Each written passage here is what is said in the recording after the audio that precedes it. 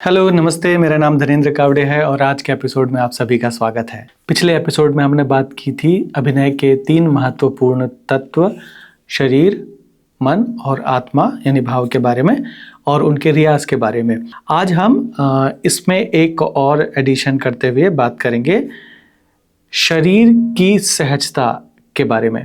यानी अभिनय करते समय कई बार हम शरीर को असहज महसूस करते हैं कि हमारे हाथ कैसे होंगे, हमारे हाथ कहाँ होंगे, इन हाथों का हम इस्तेमाल कैसे करें या देखें कहाँ पर, या खड़े कैसे रहेंगे या बैठेंगे कैसे। कई बार शरीर असहज होता है, तो इसी असहजता को सहज करने के लिए या यूँ कह लें कि अभिनय में शरीर के सहज होने के लिए हमें कुछ रियाज के बारे में आज बात करेंगे। जैसे मैंने पिछली बार कहा था कि कोई एक परिस्थिति ले लें, आज हम एक और चीज़ उसमें एडिशन करते हुए कहते हैं कि कोई एक संवाद ले लें या एक स्पीच ले लें या कोई एक कहानी अगर आपके पास में है तो उस कहानी को याद कर लें। आप पढ़ करके भी कह सकते हैं, लेकिन पढ़ने की बजाय अगर यदि आपको कंठस्थ होगा, याद हो जाएगा तो वो ज़्यादा बेहतर होगा। कम से कम आधा पैराग्राफ, एक के पैराग्राफ या फिर अगर पूरा एक पेज है तो वो बहुत ही बढ़िया बात है। तो आप उससे शुरुआत करें, पहले उसको याद कर लें। कोई भी स्पीच आपको मिल जाएगी, किसी नाटक की स्पीच मिल जाएगी, एक लंबा डायलॉग मिल जाएगा, या फिर एक कहानी मिल जाएगी, या फिर एक कोई पैसेज जो भी आपको अच्छा लगता है आप उसको ले सकते हैं, या कोई किसी का कोट जो आपको बहुत सुंदर लगता है, आपको प्रेरणा भी देता है, उसी प्रेरणादायक कोट को आप ले लें और उसको याद कर लें, कंठस्थ कर लें। और कंठस्थ करने के बाद शरीर की विभिन्न अवस्थाओं में हम उसका रियाज कर सकते हैं। जैसे जो शरीर के अगर हम मूलभूत अवस्था के हैं तो हम बैठ करके उसको कर सकते हैं। बैठकर में भी उकड़ू बैठकर में सुखासन में बैठकर, पद्मासन में बैठकर, एक अगर हम कहें तो लेटकर, शरीर की लेटी हुई अवस्था, शरीर की कुर्सी पर बैठी हुई अवस्था और शरीर की खड़े अवस्था, लेटे हुए में भी उल्टा लेटे हुए की अवस्था। तो ऐसे अलग अलग हमारी शरीर की पोजीशंस होंगी और उस परिस्थिति में रहते हुए आप जो स्पीच आपने याद की है उसको दोहराएं, बार बार बोलें। तो जब आप इस तरह से रियाज करेंगे तो आप अलग अलग परिस्थितियों में अपने शरीर की स्थिति को महसूस करते चलें कि इस समय शरीर में कैसे घट रहा है, श्वास इस समय पे कैसे चलती है।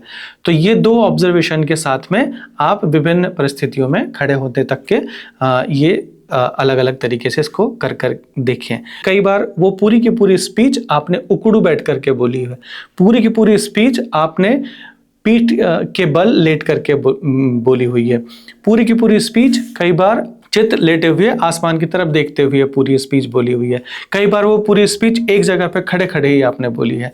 तो इस तरह से अलग अलग परिस्थितियों में आप अगर एक ही स्पीच को एक ही तरीके से आप बोलेंगे तो आपको बहुत सारे उसमें इनपुट्स मिलते चले जाएंगे कि उस समय शरीर आपका कैसे काम कर रहा है। फिर इन परिस्थितियों को आप कॉम्बिनेशन के साथ में जोड़ करके भी कर सकते हैं कि वही स्पीच जब आप बोल रहे हैं तो आप बैठे हुए हैं और फिर आधी स्पीच के बाद में आप खड़े हो जाते हैं, या वही स्पीच में आप खड़े खड़े बोल रहे हैं और फिर उसको आधी स्पीच के बाद में लेट जाते हैं। इसी स्पीच का कुछ एक हिस्सा आपने लेट करके बोला, इसी स्पीच का कुछ हिस्सा खड़े खड़े बोला, कुछ हिस्सा उकड़ू बैठ करके बोला, कुछ हिस्सा पद्मासन में बैठ करके बोला। तो इस तरह से आप कॉम्बिनेशन एक बना सकते हैं और इस कॉम्बिनेशन में बना करके आप लगातार इसका अभ्यास करते रहें। कई बार इसमें परिस्थितियां और ऐड कर दें, मैंने जितनी बताई हैं उसके अलावा भी आप बहुत सारी चीज़ें उसमें ऐड कर सकते हैं जो आपको लगता है। कुर्सी पर बैठ करके, फिर को सोफा पर बैठ करके, क्योंकि दोनों की बैठक आपकी बदल जाएगी। तो अलग अलग परिस्थिति में जब आप जिस तरह से बैठते हैं उस तरह से आपकी भाषा होने लगेगी और शरीर उस एक अलग तरीके से जब बैठेगा और पोस्चर होगा, उस पोस्चर के हिसाब से संवाद भी अलग होंगे। तो इन अलग होती संवादों की प्रक्रिया को आपको अनुभव करना है, महसूस करना है और समझना है कि ये कैसे बदल जाती है।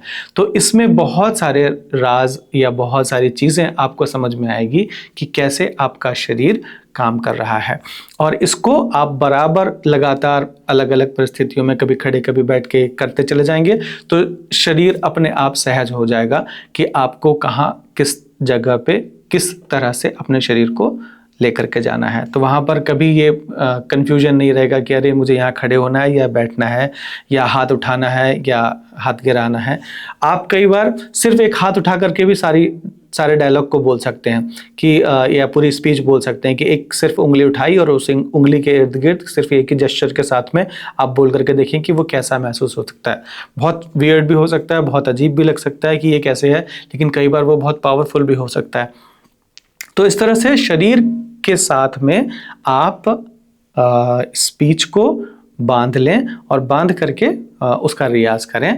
तो याद करके अगर आप बोलेंगे तो आप ज़्यादा अच्छे तरीके से सहजता के साथ में वो कर पाएंगे। तो ये दोनों चीज़ें जब हम करेंगे, शरीर के साथ में स्पीच का रियाज, तो अभिनय में शरीर के सहज होने के लिए ये बहुत मदद करेगा। ठीक इसी तरीके से अगर हम इसको और एक्सटेंड करें तो स्पीच के साथ में कोई एक जो अगर हम मन के रियाज की अगर हम बात करें, मन में सहजता की बात करें या इंस्ट्रक्शंस की बात करें, तो इसी में और हम क्या कर सकते हैं कि स्पीच के साथ में कोई एक एक्टिविटी जोड़ सकते हैं कि सपोज वही स्पीच हम खाना खाते खाते बोल रहे हैं, वही स्पीच हम ब्रश करते हुए बोल रहे हैं, वही स्पीच कोई और दूसरा काम रोटी के लिए आटा गूंथते हुए हम कर रहे हैं, वही स्पीच खाना बनाते बनाते अगर हम कर रहे हैं, वही स्पीच हम कपड़े बदलते हुए कर रहे हैं या नहाते हुए कर रहे हैं। तो दैनिक दिनचर्या की जो चीज़ें हमारे साथ में घटती हैं, जब हम काम कर रहे हैं, उस काम करते हुए भी अगर हम उस स्पीच को बोलेंगे तो आपकी स्पीच में बदलाव आएगा। क्योंकि सुबह के समय जब ब्रश करते रहेंगे उस समय पे आपकी आवाज़ में भी बदलाव होगा। जब आप नहाते समय पे अगर आप बोलेंगे तो उस समय पे आवाज़ में भी बदलाव होगा। तो ये आने वाले अलग अलग बदलाव को भी आप महसूस कर पाएंगे और विभिन्न परिस्थितियों में वही चीज़ कैसे उसका मीनिंग बदल जाता है या भाव बदल जाता है या उसका एक्सप्रेशन बदल जाता है, ये आपको समझ में आएगा।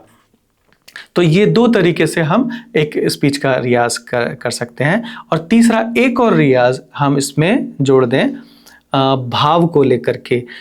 नवरस होते हैं, इन नवरसों के एक एक पक्ष को अगर हम समझें तो ये दो परिस्थितियां जब हमने कही है कि बैठ करके स्पीच बोल रहे हैं, लेकिन बैठे हुए में भी हम अगर क्रोध में हैं, गुस्से में हैं और उस तरह से अगर बोलेंगे तो वो एक और नया पक्ष उसमें ऐड हो जाएगा कि बैठ करके गुस्से में वो सारी बात बोली जा रही है, या फिर लेट करके हंसते हंसते वो सारी बात बोली जा रही है, या उकड़ू बैठ करके बहुत ही घृणित अंदाज में कुछ बात बोली जा रही है। तो ये इस तरह से भी हम अपने भावों को रियाज के लिए भी उसी स्पीच का इस्तेमाल कर सकते हैं। तो इस तीन परिस्थितियों में जब हम एक ही स्पीच को अलग अलग तरीके से बोलेंगे या तीन परिस्थितियों के कॉम्बिनेशंस में अगर हम इसको करते चले जाएंगे प्रोबेबिलिटीज़ के हिसाब से कि कभी ये परिस्थिति फिर ये परिस्थिति फिर दूसरी परिस्थिति, फिर इसको परिस्थितियों को आपने इंटरचेंज कर दिया, एक ऐड कर दिया, एक निकाल दिया, एक और बढ़ा दिया, तो ऐसे आपके पास इसी के ही बहुत सारे ऑप्शंस हो जाएंगे। और इतने सारे ऑप्शंस में जब आप इसका रियाज करेंगे तो एक ही चीज़ को बार बार बहुत अलग अलग माध्यम में कर लेने से आपकी सहजता आएगी और उसके बहुत सारे पक्ष आपको उजागर होंगे कि एक ही टेक्स्ट में कितने सारे मैसेजेस, मीनिंग और आपका शरीर, आपका मन और आपके भाव तीनों में कितने अलग अलग तरीके से बदलाव आता है। और ये बहुत कमाल एक्सरसाइज हो सकती है, तो इसको ज़रूर करें घर बैठे। मुझे लगता है ये इससे बेहतर और कुछ नहीं हो सकता कि यदि आप अकेले हैं और यदि आपको रियाज करना है तो इससे बेहतर रियाज की संभावना मुझे नहीं लगती कि कोई व्यक्ति आपके लिए हो या ना हो, उसकी आवश्यकता नहीं है। जब आप हैं आप अपना रियाज इस रूप में कर सकते हैं। यदि ये बात अच्छी लगी हो और अगर आप कोई रियाज कर रहे हो तो प्लीज़ कमेंट बॉक्स में ज़रूर लिखिएगा। यदि और आपका कुछ प्रश्न है या इसको समझ में नहीं आया या इसके बारे में और कुछ ज़्यादा जानना चाहते हैं तो आप मुझे कमेंट बॉक्स में लिख सकते हैं। हालांकि बहुत लोग नहीं लिखते हैं, 1 या 2 लोग ही लिखते हैं, पर फिर भी जितने लोगों के भी ये काम आ सके उतना भी बहुत बेहतर होगा। सो बस एक सहज रियाज के लिए तो रियाज कीजिए एंड मुझे बताइए आपका क्या अनुभव रहा। फिर मिलते हैं नेक्स्ट एपिसोड में अभिनय के नए पहलू के साथ में। तब तक के लिए नमस्कार।